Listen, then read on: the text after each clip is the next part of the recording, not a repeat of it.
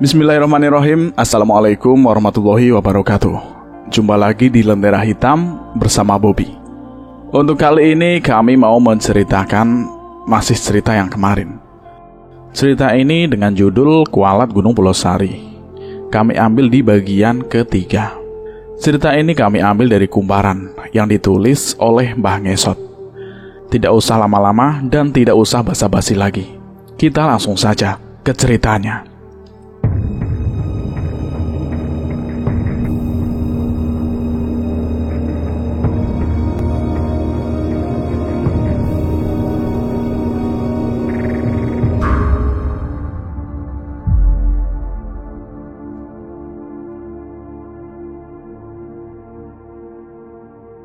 Apa maumu, bangsat?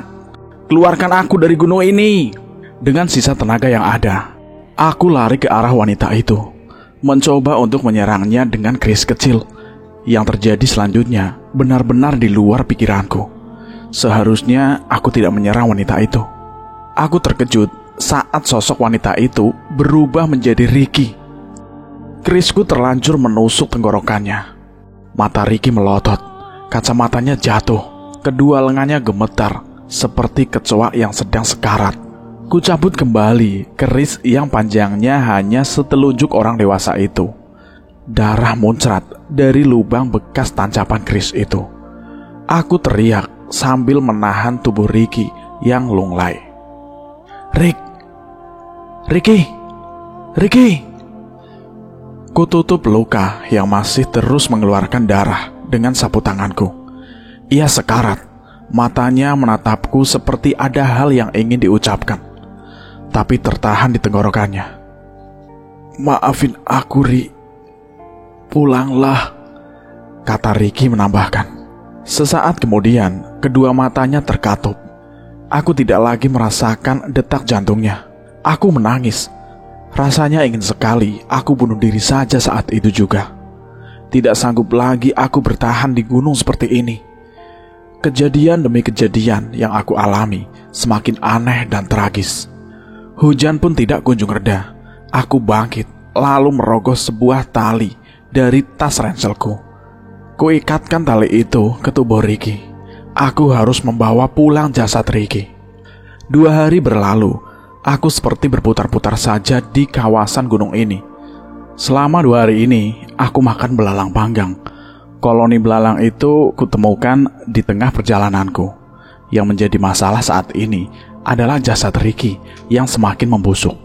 Tubuhnya mengeluarkan bau yang begitu menyengat. Aku berhenti di tengah jalan setapak. Aku rogoh botol air minum dari dalam tas yang sempat kuisi saat turun hujan. Aku meneguk air itu. Aku menoleh ke jasad Ricky. Dalam kondisi seperti ini, tidak mungkin aku bisa membawanya pulang. Menguburkan jasad Ricky bisa jadi jalan terbaik. Ku lepaskan tali yang mengikat di tubuhnya. Aku lalu mencari permukaan tanah yang lembab sehingga mudah untuk digali. Dengan susah payah, aku menggali tanah itu menggunakan sebuah batang kayu sebesar lengan orang dewasa yang telah kuruncingkan ujung kayunya. Aku tidak mampu menggali tanah itu terlalu dalam. Asal bisa menimbun jasad Ricky itu sudah cukup. Setelah berhasil menguburkannya, kutancapkan batang kayu tersebut sebagai penanda kuburannya. Kemudian aku berdoa untuk Ricky. Malam kembali jauh. Aku masih menyusuri jalan setapak yang seolah tidak berujung. Mira dan Eldi tidak lagi muncul, sementara bola api masih melayang mengikutiku kemanapun aku pergi. Tak lama kemudian, aku mencium kayu kering yang dibakar. Dari jauh terlihat bayangan api unggun. Akhirnya, aku tersenyum bahagia. Tampaknya ada seorang yang berkemah di sekitar sini. Ku percepat langkahku, menerjang semak-semak. Tapi, setibanya di sumber cahaya itu, tidak melihat orang berkemah di sana.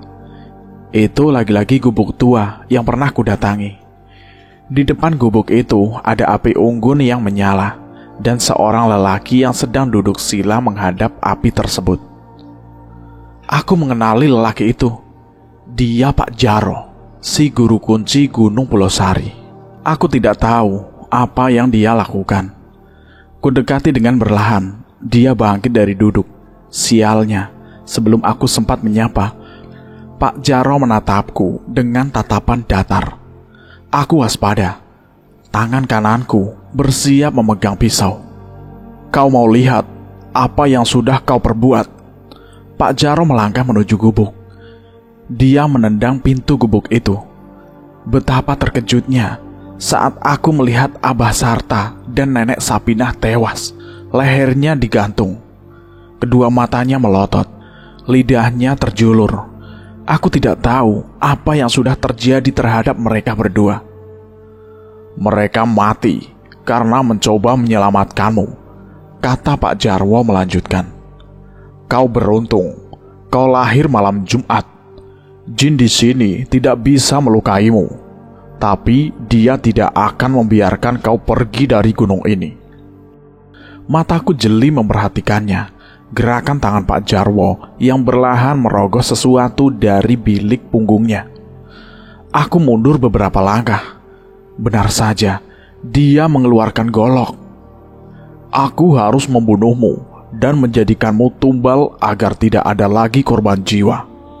Dua lelaki muncul dari belakang gubuk.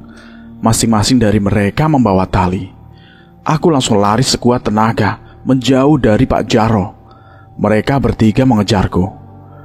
Kau harus mati, teriak Pak Jaro dari belakang. Aku lari seperti babi hutan saja, menabrak apapun yang ada di hadapanku. Sesekali aku menoleh ke belakang. Cahaya senter Pak Jaro berayun-ayun, semakin mendekat ke arahku. Sengaja aku matikan senterku agar tidak terlihat olehnya. Seandainya aku harus mati di gunung ini, aku tidak mau mati di tangan Pak Jaro. Aku bersembunyi di balik batu yang berlumut. Masih dapat kulihat cahaya senter mereka berayun-ayun di kejauhan. Langkah mereka semakin mendekat. Aku berlari lagi untuk menjauh dari mereka. Itu dia, teriak salah satu anak buah Pak Jaro. Kaki kananku tersangkut oleh akar pohon. Aku terjungkal ke semak-semak. Aku tidak sanggup lagi berlari. Mereka semakin mendekat ke arahku. Wajah Pak Jaro mulai terlihat. Aku merangkak untuk menjauh. Mereka malah tertawa melihat penderitaanku. Seseorang lelaki berbadan tambun mendekat. Ia mengikat kedua kaki dan tanganku. Lelaki satu lagi menyiapkan sebatang kayu, lalu memasukkannya di antara pergelangan tangan dan kakiku. Mereka berdua menggotong tubuhku dalam posisi terbalik seperti babi hutan hasil buruan. Entah aku akan dibawa kemana. Ampuni aku Pak Jaro, jangan bunuh aku. Kalau aku tidak menumbalkanmu, bola api itu yang akan membunuh orang banyak. Pak Jaro menunjuk ke langit. Tolong Pak Jaro, jangan. Ampunilah aku Pak. Aku berjanji tidak akan datang lagi ke gunung ini. Aku tidak mau mati muda, Pak. Kedua lelaki itu yang menggotongku malah tertawa terbahak-bahak. Manusia bisa mati kapan saja. Bahkan saat masih di dalam kandungan pun manusia bisa mati. Kau jangan khawatir. Aku tahu kau sangat menderita tersesat di gunung ini. Aku akan akhiri penderitaanmu itu. Pak Jaro menoleh kepadaku sambil tersenyum dingin. Tambahnya, kau tahu, 2 gundukan tanah di depan gubuk tua itu mayat dari 2 pendaki yang dulu pernah melanggar larangan gunung ini. Nanti kau akan aku makamkan di samping mereka berdua. Aku mengamuk mendengar omongan Pak Jaro. Kuguncangkan tubuhku sendiri. 2 lelaki itu malah tertawa lagi. Mereka melecehkan tenagaku yang semakin lemah. Asal kau tahu, aku ini orang baik. Yang aku lakukan sekarang adalah demi menyelamatkan para pendaki lain. Kerajaan di gunung ini sudah murka karena ulah kalian. Tapi teman-temanku sudah mati semua, Pak. Apa itu tidak cukup untuk menebus kesalahan kami? Belum. Masih ada 1 orang lagi yang masih hidup. Siapa? Yang perempuan. Tapi dia tidak akan bisa keluar dari alam jin. Meira. Kedua kaki dan tanganku terasa sangat pegal. Dalam posisi terbalik seperti ini, lama-lama aku kesulitan untuk bernafas. "Pak, tolong lepaskan aku." "Jangan khawatir, sebentar lagi kita sampai kok." "Aku tidak bisa bernafas, Pak." Pak Jarod tidak lagi menimpali. Medan yang ditempuh menanjak. Kedua lelaki yang menggotongku berjalan semboyongan. Tidak lama kemudian, aku tiba di sebuah tempat yang sangat aneh. Ada banyak sesajen di tempat itu. Bebatuan disusun rapi, membentuk lingkaran. Tubuhku dibaringkan di tengah lingkaran tersebut. Mereka melepas batang kayu, sedangkan lengan dan kakiku tetap diikat. Tak jauh dari tempatku berbaring, ada 2 tengkorak manusia tergeletak bersebelahan dengan sesajen itu. Apakah itu tengkorak 2 lelaki yang melanggar larangan? Entahlah. Yang jelas, pemandangan itu semakin membuatku takut. Tidak ada jalan lain lagi untuk bisa selamat. Mungkin sudah takdirnya aku mati seperti ini. Pak Jarod dan 2 anak buahnya duduk sila di luar lingkaran. Mata mereka tertajam. Pak Jarod membacakan mantra dalam bahasa Sunda. Mantra itu terdengar sangat mengerikan, semacam persembahan tumbal untuk makhluk gaib. Setelah selesai, Pak Jarod mendekatiku. Ia membawa sebuah batang kayu. Ia lalu menancapkannya di dekat kepalaku. "Jangan, Pak. Aku mohon, ampuni aku." Air mataku keluar. Yang kuingat adalah kedua orang tuaku di rumah. Mereka sudah sangat tua dan pasti jatuh sakit kalau mendengar anaknya tewas tak wajar seperti ini. Pak Jarod menyuruh anak buahnya mengikat leherku dengan tali. Lalu ujung tali itu diikatkan lagi pada kayu tadi. "Tarik kakinya," suruh Pak Jarod. Aku sekarang dalam posisi mengambang. Kedua kakiku ditarik, leherku diikat. Mereka akan memenggal leherku. Pak Jarod keluar dari lingkaran. Ia mengambil arit, lalu bersiap memenggal kepalaku. "Surga menunggumu, Nak." Aku menangis. Dari arah kanan, tiba-tiba kulihat roh Riki memandangiku dengan tatapan nelangsa. "Riki, temanmu itu sudah mati. Kau akan menyusulnya," kata Pak Jarod. Ia mengacungkan arit, lalu menebaskan ke leherku.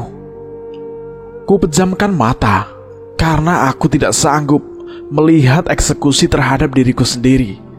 Tapi, setelah beberapa saat, aku tidak merasakan apapun pada leherku. Lalu tubuhku jatuh terdiam. Kulihat Pak Jarod dan 2 anak buahnya berlutut di hadapanku. "Ampun, Nyai," gumam Pak Jarod. Aku membalikkan badan. Ada seorang wanita yang berpakaian seperti putri kerajaan di belakangku. Wanita itu yang sempat aku serang beberapa hari lalu. Dia tersenyum anggun ke arahku. Berbeda dengan Pak Jarod dan anak buahnya yang sangat ketakutan. Aku sama sekali tidak takut pada wanita itu. Malah aku menyimpan dendam atas kematian teman-temanku. "Ulah dipaehan," kata wanita itu. "Jangan dibunuh." Kenapa wanita itu malah menolongku? "Sumuhun, Nyai," timpal Pak Jarod lagi. Wanita itu lalu menghilang. Pak Jarod dan kedua anak buahnya lari terbirit-birit meninggalkanku yang masih dalam keadaan diikat. Aku berusaha melepas ikatan itu, tapi aku tidak bisa karena simpulnya terlalu kuat. Ku dengar suara dengur babi dari balik semak-semak yang semakin membuatku takut. Ikatan tali ini mustahil bisa kulepas sendiri. Harus ada orang yang menolongku. 2 hari aku terkapar dengan keadaan kaki dan tangan diikat. Aku kelelahan. Tenggorokanku sudah tidak kuat lagi untuk berteriak meminta tolong. Tempat itu sepertinya jarang didatangi manusia. Hanya ada kawanan monyet yang memperhatikanku dari dahan pohon. Tiba-tiba, seekor monyet melemparku dengan pisang. Aku melihat ke arah monyet itu. Ia bersama koloninya sedang asik makan di atas dahan pohon itu. Aku meringsut mendekati pisang yang dilemparkan oleh monyet tadi. Setelah berhasil meraih pisang itu, ku makan dengan lahap beserta kulitnya. Koloni monyet itu sepertinya senang melihatku makan. Mereka melompat-lompat sambil berteriak ke arahku. Setelah itu, mereka kembali melempariku dengan pisang lagi. Perutku sampai kenyang memakan pisang-pisang itu. Tak lama berselang, terdengar suara dari semak-semak. Aku waspada. Takutnya itu binatang buas di sekitar sini. Aku tidak tahu. Mungkin saja di gunung ini masih ada macan atau beruang. Aku mengingsut menjauh dari semak itu. "Hai!"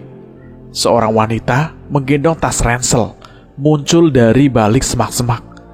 Akhirnya, dia mengembuskan nafas lega. Ia terlihat kelelahan, wajahnya juga pucat. "Lo siapa?" "Uswah, nama gua Uswah. Udah 2 hari gua nyasar di gunung ini." Dia mendekatiku, lalu melepas ikatan tali dengan pisau kecil. "Lu kenapa bisa kayak gini?" Perempuan itu membantuku bangun. Kedua kakiku ringkih. Dia harus menopang tubuhku. "Ceritanya panjang," kataku kepada wanita itu. Jujur saja, aku merasa lega bertemu dengan sesama pendaki di tempat seperti ini. Gunung ini udah gak aman. Semua teman-teman gua mati. Hanya gua yang tersisa. "Sama," jawabku singkat. "Gila, teman-teman lu juga mati?" Ia terkejut. "Iya, ada satu yang katanya masih hidup, tapi ia terjebak di alam jin." "Oh iya, nama gua Ori." "Terjebak?" "Iya, dinikahi genderuwo." Uswah bergidik ngeri saat aku menceritakan yang dialami Mira. Aku mendongak ke langit. Ocos, bola api sialan itu kini tidak lagi mengikutiku. Uswah mengeluarkan HP-nya dari dalam tas. Ia mengarahkan HP itu ke segala arah untuk mencari sinyal. "Tetap gak ada sinyal. Lo bawa HP?" tanya Uswah kepada aku. "Hilang. Lagi pula HP gua udah lowbat dari pertama kali naik gunung." Uswah berdecak. "Kita harus segera turun dari gunung ini." Ia memapahku. "Lo lihat itu." Uswah menunjuk rerumputan. Ada kembang berwarna putih yang bertaburan di sana. "Itu kembang melati. Gua ngikutin kembang itu dan ketemu sama lu di sini. Kita ikutin kembang itu lagi aja ya. Siapa tahu itu jalan pulang." Aku mengerutkan dahi. Setelah banyak sekali kejadian aneh dan tragis yang kualami, kini aku tidak mau terlalu percaya pada hal-hal mistis seperti itu. Tanpa perlu persetujuanku, Uswah malah memapahku mengikuti taburan kembang tersebut. "Gua gak yakin kalau kembang ini bisa membawa kita pulang. Apa salahnya jika kami mencobanya?" timpal Uswah melanjutkan. Sampai sore, kami tidak kunjung menemukan jalan setapak. Taburan kembang itu membawaku ke tempat yang tidak pernah kudatangi sebelumnya. Hutan ini berkabut dan membuat jangkauan penglihatanku terbatas. Uswah menyalakan senter. Ia mengarahkannya ke semak-semak untuk memastikan kalau kembang itu masih ada. Dia berhenti. Kulihat wajahnya terkejut. "Kenapa?" tanyaku sambil menoleh ke arahnya. Cahaya senter itu ia geserkan beberapa meter ke depan, menembus kabut yang tebal. Tampaklah mayat-mayat manusia yang terkapar di hadapan kami. Itu mayat para pendaki. Mereka masih mengenakan jaket, tas ransel, dan juga sepatu gunung. "Jangan disentuh," kataku saat Uswah mencoba memeriksa mayat itu. Kami melanjutkan perjalanan, melangkahi mayat-mayat itu. Mereka mati dengan mengenaskan. Ada yang lehernya digorok, ada yang bola matanya hilang. Bahkan aku melihat kepala yang terpisah dari tubuhnya. Apakah benar perkataan Pak Jaro kalau para pendaki lain celaka karena ulah kelompokku? Entah kenapa, aku merasa bersalah sekarang. Kabut semakin lama semakin menguar dan hilang.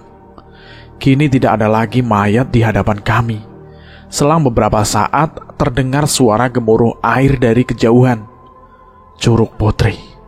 Itu pasti Curug Putri," kataku dengan penuh semangat. Uswah berbinar. Ia kembali memapahku mengikuti taburan kembang melati. Dan benar saja, itu adalah Curug Putri. Kami senang karena di dekat air terjun itu ada jalan setapak menuju perkampungan warga. Jujur saja, sebelumnya aku tidak pernah percaya dengan keberadaan makhluk halus. Bagiku cerita-cerita tentang penampakan setan dan menakutkan orang-orang melihatnya adalah kebohongan besar. Bahkan aku menulis beberapa kisah horor yang berujung pada asumsi bahwa kisah itu hanya fiksi agar orang-orang tidak takut dengan setan.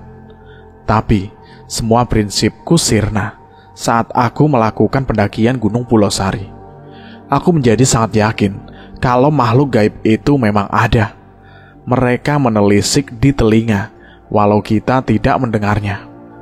Mereka duduk di samping kita walau kita tidak menyadarinya, atau bahkan tidur bersama kita setiap malam. Kejadian sore itu membuatku percaya bahwa makhluk halus memang ada. Saat aku dan Aswah hendak meninggalkan Curug Putri, ada rombongan orang membawa keranda mayat. Aku pun heran, kenapa ada pemakaman di gunung seperti ini? Ternyata mayat di dalam keranda itu adalah Eldi. Dia mati dengan wajah berlumur darah. Saat ku hampiri, para pengantar jenazah itu malah hilang begitu saja. Aku tahu mereka pasti jin. Aku baru saja melihat penampakan itu. Sesaat kemudian, Curug Putri bersinar, memancarkan cahaya keemasan. Kututup kedua mataku dengan telapak tanganku. Lalu terdengar derap. Kereta kuda mendekat. Kereta itu membawa seorang wanita cantik yang pernah menolongku beberapa hari lalu. Kereta kuda dikawal oleh banyak orang. Para pengawal itu berbadan kekar, besar, seperti binaragawan. Mereka juga berpakaian lengkap, layaknya prajurit kerajaan Indonesia pada masa lalu, seperti yang aku lihat di film-film. Mereka semua membawa tombak. Aku dan Uswah panik melihat kejadian aneh itu. Saat kami akan kabur, jalan setapak itu hilang. Pintu kereta kuda itu terbuka, seolah mempersilahkan kami untuk masuk ke dalamnya. Aku menggelengkan kepala sambil menggenggam lengan Uswah agar dia tidak terpengaruh. Sayangnya, yang aku khawatirkan malah terjadi. Tatapan Uswah tiba-tiba kosong. Ia melangkah perlahan mendekati kereta kuda itu. "Uswah, jangan!" Ku coba menahan tubuhnya, tapi dua pengawal kereta malah mendorong tubuhnya. Kali ini aku tidak mau lagi kehilangan temanku. Aku berhutang nyawa kepadanya. Aku harus menyelamatkannya. Setelah Uswah masuk, kereta kuda itu perlahan berjalan menuju kumparan cahaya. Aku mengikutinya dari belakang. Aku berteriak memanggil-manggil nama Uswah. Tidak terasa aku sudah berada di perkampungan warga. Para warga di sana berlutut sambil bertunduk saat kereta itu melintas. Di tengah perjalanan, tiba-tiba ada anak kecil yang badannya dipenuhi bulu hitam. Ia juga bertaring, matanya merah menyala. Anak itu menghampiri kereta sambil melompat-lompat kegirangan. Di antara orang-orang yang berlutut, ada Mira di sana. Ia berteriak sambil lari kecil menghampiri anak itu. Lalu ia menggendongnya. Lalu kembali berlutut kembali. Pakaian Mira sudah berbeda. Ia hanya mengenakan kain bermotif bunga warna coklat dan baju abu-abu yang sudah usang. "Mira, Mir!" "Ah, syukurlah. Gua ketemu lo lagi di sini. Ayo Mir, kita pulang. Ada Curug Putri di sekitar sini." Jelas saja, aku senang karena bisa bertemu Mira kembali. "Enggak, Ri. Gua kan sudah bilang, hidup gua lebih bahagia di sini. Tolong sampaikan ke om gua kalau gua udah menikah dan punya anak." Aku mundur beberapa langkah. Mira sudah tidak bisa lagi dibujuk. Kereta kuda semakin menjauh. Segera aku lari mengejar kereta itu sambil terus memanggil nama Uswah. Tibalah aku di sebuah keraton yang megah. Ada dayang-dayang keraton yang menyambut kedatangan kereta kuda. Mereka menari-nari sambil terus tersenyum. Aku ikut masuk ke dalam keraton tersebut. Di dalam keraton, Uswah turun dari kereta. Ku coba menghampirinya, tapi langkahku dihalangi para penjaga. Uswah dituntun oleh wanita cantik itu ke sebuah kolam kecil yang terletak persis di depan singgasana. Uswah melucuti pakaiannya, lalu mandi di kolam kecil itu. Wanita yang dipanggil Ratu menoleh ke arahku. Dua penjaga kemudian menggenggam lenganku. Mereka menyeretku dengan paksa untuk mendekati sang ratu. Semua bajuku dilucuti. Aku dipaksa mandi di kolam kecil itu. Setelah selesai, aku dan Uswah mengenakan pakaiannya kembali. Kami lalu dibawa ke sebuah ruangan yang indah. Di sana sudah disiapkan berbagai hidangan lezat. Sang ratu menyuruh kami berdua duduk dan makan bersama. Tidak ada pilihan lain, aku harus menuruti semuanya. Kalau tidak, para penjaga di belakangku bisa saja menebas leherku. Makanan yang disajikan terasa sangat enak sekali, dan ayam bakar, kambing guling, buah-buahan segar, serta makanan lainnya. Uswah makan dengan sangat lahap. Tidak ada obrolan sama sekali di meja itu. Sang ratu memandangiku sambil terus tersenyum membuatku. Tapi itu membuatku semakin merinding. Setelah hidangan sudah habis, sang ratu membawa kami ke halaman keraton. Di sana ada para dayang-dayang yang sedang mandi. Mereka semua cantik-cantik. Saat aku melintas, mereka curi pandang kepadaku sambil tertawa kecil. Di halaman keraton itu ada sebuah kuburan. Gundukannya ditata rapi dengan bebatuan yang ditumbuk. Di batu nisan itu tertulis Sultan Maulana Hasanuddin. Aku ingat, dia adalah pendiri Kesultanan Banten. Berziarah, kata sang ratu. Aku dan Uswah duduk di samping kuburan itu. Aku membaca doa sebisaku di dalam hati. Kalian punya waktu sampai besok pagi untuk keluar dari gunung ini. Pulanglah. Esok pagi akan ada longsor besar di gunung ini. Sang ratu menunjuk ke arah dinding. Dari dinding itu tampaklah jalan setapak. Aku dan Uswah berjalan ke arah dinding itu. Ajaibnya, kami tiba-tiba berada di sebuah jalan setapak. Ini pasti jalan pulang. Kami harus segera keluar dari gunung ini sebelum longsor itu terjadi. Aku tidak tahu kenapa sang ratu malah menyelamatkan kami berdua. Berbeda dengan para pendaki lainnya yang mati dengan sangat mengenaskan. Aku dan Uswah malah diberi makan sampai kenyang, dan sekarang dikasih jalan untuk pulang. Itu sangat aneh. Jalan yang kami tempuh terus menurun. Tidak ada satupun pendaki yang kami temui. Jalan setapak itu sangat sepi sekali.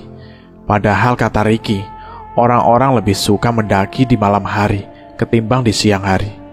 Aku curiga kalau akses ke gunung ini sudah ditutup. Uswah berhenti. Ia memegang lutut. Tampak sangat kelelahan. Dari tadi kami memang berlari kecil agar cepat tiba di perkampungan warga. Aku merasa perjalanan ini masih jauh. Kami bahkan belum sampai di perkebunan pisang warga. Biar gue yang bawa tas lu. Aku membuka tasnya. Kami kembali melanjutkan perjalanan. Namun kali ini tidak berlari. Aku kasihan pada Uswah yang seolah tidak sanggup lagi untuk jalan. Tidak lama berselang, akhirnya kami tiba di perkebunan warga. Kulihat banyak sekali kawanan babi yang menyerang kebun itu. Kami tidak mau mengambil resiko dan membiarkan kawanan babi itu merusak kebun pisang. Semakin lama, akhirnya aku melihat gemerlap cahaya lampu dari rumah para warga. Kami berdua sangat senang sampai meneteskan air mata. Aku tidak menyangka kalau aku bisa bertahan hidup selama beberapa hari di gunung. Sekitar jam 3 dini hari, kami akhirnya tiba di parkiran motor. Kudapati masih banyak motor yang terparkir di sana. Tapi anehnya, pos itu sangat sepi. Tidak ada satu orang pun yang berjaga di sana. Segera ku keluarkan motorku dari parkiran, lalu pergi dari pos itu. Saat tiba di perbatasan kampung, kami dicegat oleh 3 orang lelaki berbadan kurus tinggi. Aku kira mereka sedang ronda, tapi ternyata bukan. Mereka sengaja menutup akses jalan itu. Kami disuruh turun dari motor. "Pendaki ya?" tanya salah satu dari mereka. "Iya pak," teman-teman kami tewas, hanya kami yang selamat, kataku dengan hati-hati. Namamu Tubagus? Tanya lagi. Iya Pak, saya Tubagus Asrori. Dan kamu Ratu? Iya, saya Ratu Uswah Hasanah, jawab Uswah. Suaranya parau. Dia sudah sangat kelelahan. Mereka mengangguk-angguk. Aku tidak mengerti apa maksudnya. Boleh kami pergi Pak? Tanyaku. Aku sudah tidak tega melihat Uswah yang semakin kelelahan. Tunggu dulu, mari ikut kami. Lelaki yang mengenakan peci hitam menarik tanganku. Kemana Pak? Menghadap tetua kampung ini. Emangnya untuk apa Pak? Tanya Uswah. Kalian harus dibersihkan dulu sebelum pulang. Di gunung banyak dedemit. Kami hanya ingin membantu kalian. Lelaki itu memaksa. Kami tidak merasa perlu dibersihkan Pak. Kami harus pulang sekarang. Aku merogoh kembali kunci motor. Kulihat salah satu dari mereka menyentuh golok yang diikatkan pada pinggangnya. Uswah berhus. Ia menyuruhku untuk menuruti saja kemauan mereka. Kalian jangan khawatir. Di rumah tetua ada 3 pendaki lainnya yang selamat. Kami tidak ada niatan jahat dan hanya mau membantu kalian, ujar lelaki itu, lalu menyalakan rokok kreteknya. Kami dibawa ke sebuah rumah panggung. Di dalam rumah itu ada 3 orang pendaki yang kondisinya semrawut. Wajah mereka tampak sangat kelelahan. Jaketnya penuh noda lumpur. Mereka terdiri dari 2 orang perempuan dan 1 orang laki-laki. Masih ada yang selamat. Silahkan duduklah. Seorang kakek berbadan kurus, kering dan rambutnya sudah putih semua menyambut kedatangan kami. Tidak ada kursi di ruang tamu. Kami duduk di atas tikar pandan. Seperti yang sudah dikatakan tadi, kalau kalian adalah orang-orang yang beruntung, bisa selamat dari gunung itu. Aku mengerutkan dahi sambil menatap kakek itu. Nama kalian Tubagus dan Ratu. Itu adalah nama dari keturunan Kesultanan Banten. Jadi dedemit tidak akan berani menyakiti kalian. Tapi tetap kalian harus dibersihkan. Takutnya ada saja jin yang menempel di tubuh kalian. Kakek itu berbicara sambil tersenyum ramah. Aku mengangguk paham. Pantas saja, saat di keraton kami disuruh berziarah pada Sultan Maulana Hasanuddin. Pantas kami disuruh berziarah pada Sultan Maulana Hasanuddin, kataku kepada kakek itu. Kalian berziarah secara gaib. Makam sebenarnya ada di Banten. Sesekali berziarah ke sana, kata kakek itu. Dulu Sultan Maulana Hasanuddin pernah tinggal di Gunung Pulosari dan berhasil menebarkan ajaran Islam di sekitar pegunungan. Aku tidak pernah menyangka kalau nama Tubagus yang disisipkan di depan Asrori adalah penanda bahwa aku masih ada hubungan darah dengan Kesultanan Banten. Pantas saja nama Tubagus itu selalu ada turun-temurun di keluargaku. Dari kakek, bapak, dan sekarang aku dan adik-adikku mempunyai nama berawal Tubagus. Aku tahu kalau kalian semua pasti pernah masuk ke kerajaan Jin Curug Putri. Sebelum pulang ke rumah, tubuh kalian harus dibersihkan terlebih dahulu. Takutnya ada jin yang masih menempel. Kakek itu menyuruh kami untuk mandi bergantian di sumurnya. Sumur itu sudah ditaburi bermacam-macam kembang. Aku merasa sangat segar ketika air itu menyentuh tubuhku. Setelah itu, satu persatu kami dibacakan doa. Semua tampak baik-baik saja. Hingga tibalah giliran Uswah yang dibacakan doa. Tangan si kakek menyentuh ubun-ubun Uswah. Ia pun mengerang kesakitan. Kedua tangannya mengapal. Ia mengamuk. Tuh, masih ada jin di dalam tubuhnya yang ikut pulang, kata kakek itu sambil tergegah. Kau jangan macam-macam sama keturunan sultan. Keluar, bentak kakek itu. Uswah semakin mengamuk. Ia tertawa, lalu menangis tidak karuan. Ini jin masih kanak-kanak. Kalau tidak dikeluarkan, biasanya mengganggu pas tidur. Jelas si kakek itu. Air disemburkan ke wajah Uswah. Ia pun lunglai lalu pingsan. Sekitar jam 7 pagi, uswah siuman. Kami diperlakukan dengan sangat baik oleh warga kampung. Banyak dari mereka yang menjenguk dan memberi kami makanan. Bahkan kami tidak diperbolehkan untuk mengendarai motor. Salah satu petugas desa mengantar kami ke rumah masing-masing, sementara motorku diangkut pakai mobil pickup. Di hari yang sama, Gunung Pulau Sari longsor. Pemerintah daerah kemudian menutup secara resmi jalur pendakian ke gunung itu. Om Bobby yang tak lain adalah omnya Mira sangat marah kepadaku. Bahkan, dia membawa perkara ini ke pengadilan. Ia menganggapku, aku lalai menjaga Mira. Untung saja aku bebas dari tuntutan, karena aku termasuk korban yang ikut hilang dalam pendakian. Tidak ada bukti kuat kalau aku menyakiti, bahkan membiarkan Mira celaka. Om Bobby yang keras kepala malah berniat mendaki Gunung Pulau Sari untuk mencari Mira. Dia tidak rela kehilangan orang yang sudah dianggapnya sebagai anak sendiri. Setelah kejadian di gunung itu, aku mengalami trauma. Aku sering terdiam diri di rumah. Aku tidak menyangka kalau aku masih hidup. Andai saja namaku bukan Tubagus, mungkin saja aku sudah mati di gunung itu. Tak ada kabar tentang pencarian Mira. Juga para pendaki lain yang hilang. Walau tim SAR sudah berusaha, tapi sampai saat ini pencarian itu masih belum membuahkan hasil. Aku tahu kalau Mira memang masih hidup di sana. Ia berdampingan dengan jin, dan aku yakin roh LD dan Ricky juga terperangkap di sana. Mereka mati dengan tidak tenang. Aku tidak menyangka sebuah kecerobohan kecil bisa berakibat sangat fatal.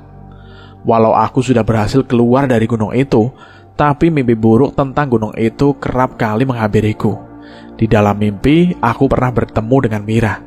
Dia terlihat sangat bahagia dan sudah punya 50 anak. Aku selalu membujuknya untuk pulang, tapi dia tetap tidak mau. Di dalam mimpi itu, juga aku pernah bertemu dengan LD. Ia menjadi budak para jin gunung. Aku melihatnya sedang bekerja memecah bebatuan besar, menggunakan palu besar. Kalau dia lelah berhenti, maka sosok makhluk dengan lidah yang menjulur ke tanah itu akan mencambuk punggung LD. Aku menangis melihatnya seperti itu. Aku juga bertemu dengan Ricky dalam mimpi. Yang terjadi dengannya sangat berbeda. Kulihat rohnya sepanjang hari dan malam selalu duduk di bawah pohon besar. Tatapannya kosong, wajahnya terlihat sedih. Bahkan ia masih mengenakan jaket dan tas gunung. Dalam mimpi itu, aku sempat menyapanya. "Ricky!" Sapaku kepada Ricky. Dia tidak menjawab, menoleh pun tidak sedikit pun. "Rick!" Aku menyentuh pundaknya. Tiba-tiba ada air liur yang menetes ke tanganku dari atas pohon. Saat aku mendongak, di dahan pohon besar itu ada sosok wanita yang lidahnya mungkin sebesar kerbau. Ia mengenakan jubah merah, wajahnya hitam, serta air liur menetes-netes dari mulutnya. Sosok wanita itu lalu menjulurkan rambutnya yang panjang. Ia melilit leher Ricky dengan rambut itu, kemudian mengangkatnya ke atas pohon. Aku menggapai-gapai tubuh Ricky, tapi tidak berhasil. Dia menjadi mainan makhluk penghuni pohon. Ricky diciumi oleh makhluk itu. Air liurnya yang bau dan lengket membasahi wajah Ricky. Mimpi-mimpi buruk itu terus datang hampir setiap malam. Bahkan aku pernah melihat para pendaki yang rohnya menjadi kawanan monyet. Mereka berlarian dari pohon ini ke pohon yang lainnya. Dari semua mimpi itu dapat kusimpulkan kalau para pendaki Gunung Pulau Sari yang tidak selamat akan menjadi budak jin di sana. Suatu sore saat aku sedang termangu di jendela kamar, seseorang mengetuk pintu rumah. Segera kubukakan pintu itu. "Ori!" Aku terkejut saat melihat lelaki yang berdiri di hadapanku.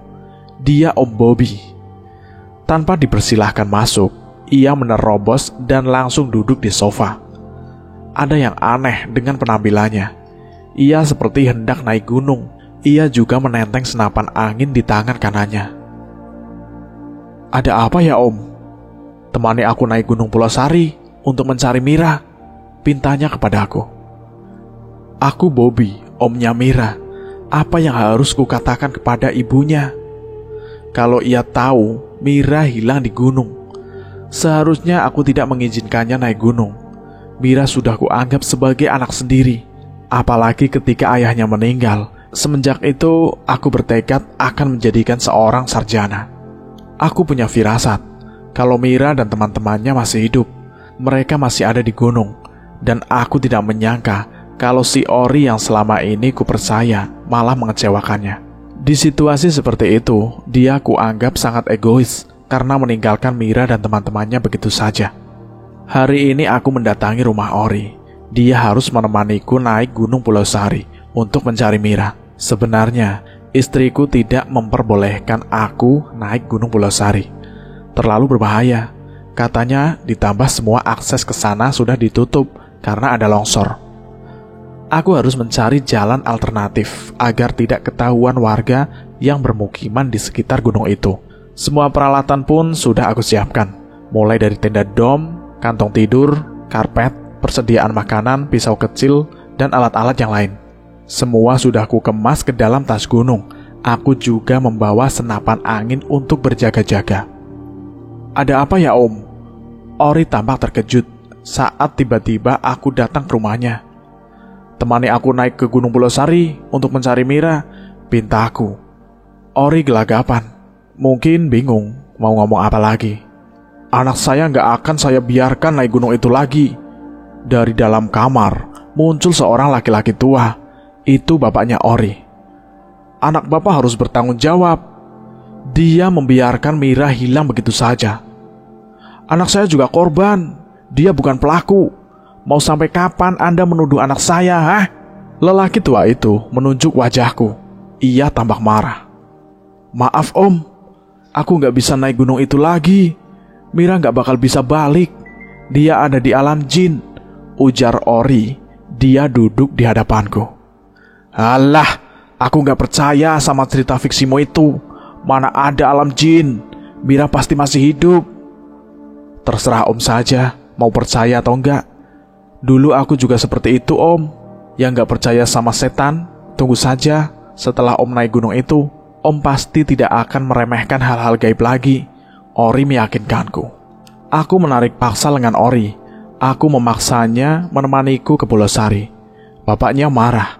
Ia pergi ke dapur dan kembali dengan membawa golok. Kau bawa anakku, ku gorok lehermu, ancamannya sambil mengacukan golok. Aku mengembuskan nafas berat, ku lepas genggamanku, lalu menoleh ke wajah Ori yang ketakutan. Mira masih hidup, dan akan aku buktikan itu, kataku di telinga Ori. Semoga selamat Om, Ori menjawabnya. Aku lalu pergi tanpa pamit dari hadapan mereka. Mah, bangun mah. Ku guncangkan tubuh istriku. Jadi berangkat Pak. Ia bangun, kedua matanya masih terpicing. Ku kecup kandungannya yang sudah 5 bulan itu. Dia tengah mengandung anak kedua kami. Papa berangkat ya. Doakan supaya Papa berhasil membawa tantemu pulang. Ku kecup lagi perut istriku, lalu mengelus anak pertamaku yang sedang tidur pulas. Berapa hari, Pak? Tanya istriku. Paling lama 3 hari. Hati-hati ya, Pak. Pulang saja kalau tidak ketemu. Nanti kita ngomong baik-baik saja ke ibunya Mira. Papa yakin Mira dan teman-temannya masih hidup. Papa pasti bisa menemukan mereka. Kulirik jam tangan melingkar di genggaman tanganku. Jam 1 dini hari. Segera kuraih tas ranselku dan senapan angin, juga topi koboi yang langsung kekenakan layaknya aktor Jeff. Aku berangkat dengan mengendarai motor Scorpio yang sudah dimodif sedemikian rupa. Tadi siang, aku sudah mencari tahu mengenai jalur pendakian yang jauh dari pemukiman warga. Jadi tidak akan ada satupun warga yang tahu tentang pendakian ini. Setelah menempuh perjalanan selama 1 jam, akhirnya aku tiba di lokasi pendakian. Motorku gembok di bagian lubang cakramnya. Aku sengaja menempatkannya tersembunyi di semak-semak. Dari kejauhan terdengar suara burung hantu berkukuk. Itu membuat suasana menjadi mencekam. Kuarahkan cahaya senter ke jalan setapak yang sudah dirimbuni rumput. Jalan ini seperti sudah lama sekali tidak dilintasi manusia. Medan yang kutempuh pun juga menanjak. Senter kupasangkan di moncong senapan. Aku harus siaga kalau tiba-tiba ada binatang buas yang tiba-tiba menyerang. Tak lama kemudian, aku berhenti melangkah. Terdengar suara gemelisik di balik semak-semak. Suara itu diikuti dengan dengur babi. Dengan panik kuarahkan moncong senapanku ke semak-semak itu, lalu menembaknya. Babi itu lari terbirit-birit. "Om!" Seseorang memanggilku. Aku sangat mengenali suara itu. Ya, itu suara Mira. Suaranya menggema di langit. "Mira! Mira!" Aku mendongak sambil memanggil namanya. Entah dari mana datangnya. Di hadapanku muncul seseorang wanita cantik yang berpakaian layaknya ratu kerajaan. Dia tersenyum mengerikan ke arahku. Kulihat kakinya tidak nampak di tanah. Ia melayang dan berlahan mendekat ke arahku mematung. Beberapa kali kutembakkan senapan anginku ke arah wanita itu, tapi tidak mempan. Dia terus mendekat ke arahku. Aku semakin terdesak. Kakiku seperti kram dan tidak bisa digerakkan. "Siapa kau?" tanyaku parau sebelum suaraku tercekat di pangkal tenggorokan. Cerita ini pun bersambung sampai di sini, dan kita akan lanjutkan di episode berikutnya. Terima kasih dari saya. Wassalamualaikum warahmatullahi wabarakatuh. Salam horor.